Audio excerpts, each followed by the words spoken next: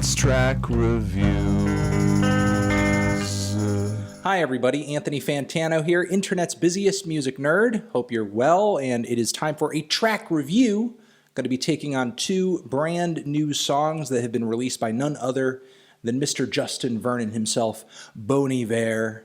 New tracks, new singles. Let's see what Justin is delivering this time around. Let's see what maybe new directions and sounds that these brand new tracks might hold. We have You Man Like, which is the first single over here. The other one we're going to be listening to is titled Hey Ma. Let's give them a try. Let's see what's up. Ba-bam.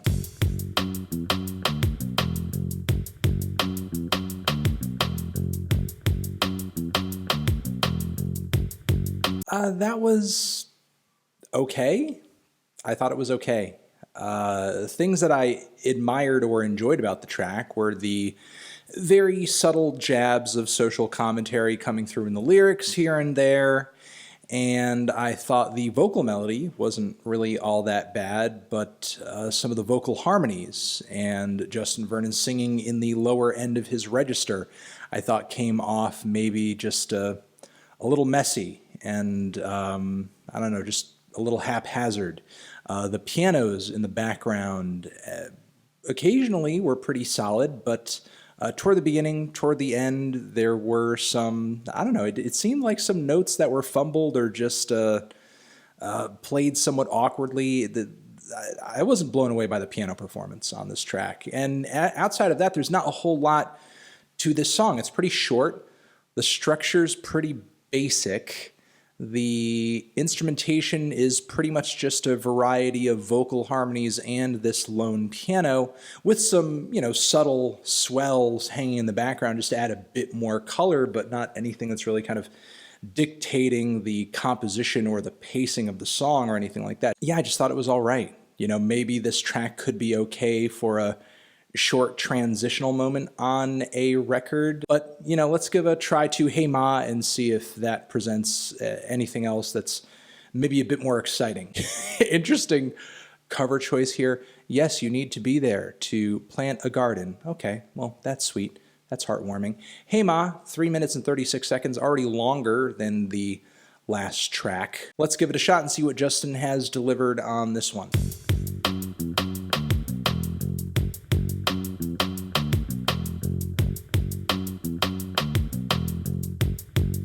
This track was definitely a lot better by comparison than You, in my opinion. If I had one nitpick, I wish the mix was a tad bit less muddy and that the percussion, specifically that marching snare, popped through a little bit more, but the tune on this track is incredibly solid, and I actually like the very nice art pop style of the song. I like the somewhat digital aesthetic of the track. It kind of reminds me, of course, of Bon Iver's 22 a Million, but there were also elements of that in the grand instrumentation, sort of awash in reverb, hanging in the background, that reminded me a tad bit of like Coldplay or a post-rock band like Sigur Rós or something like that.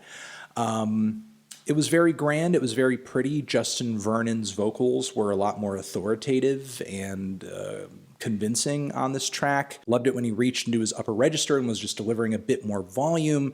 Certainly a more passionate cut, in my opinion, than You, which by comparison, musically and structurally, just felt way more disheveled. I mean, if any track of these two is supposed to sort of be grabbing your attention here, I think it's this one. You is more the B-side. You is more the afterthought. You is more the leftover. I actually wish I listened to this one first before the other one. But yeah, this was very pretty, very well balanced, very gorgeous. Definitely one of Justin's more stunning ballads, in my opinion.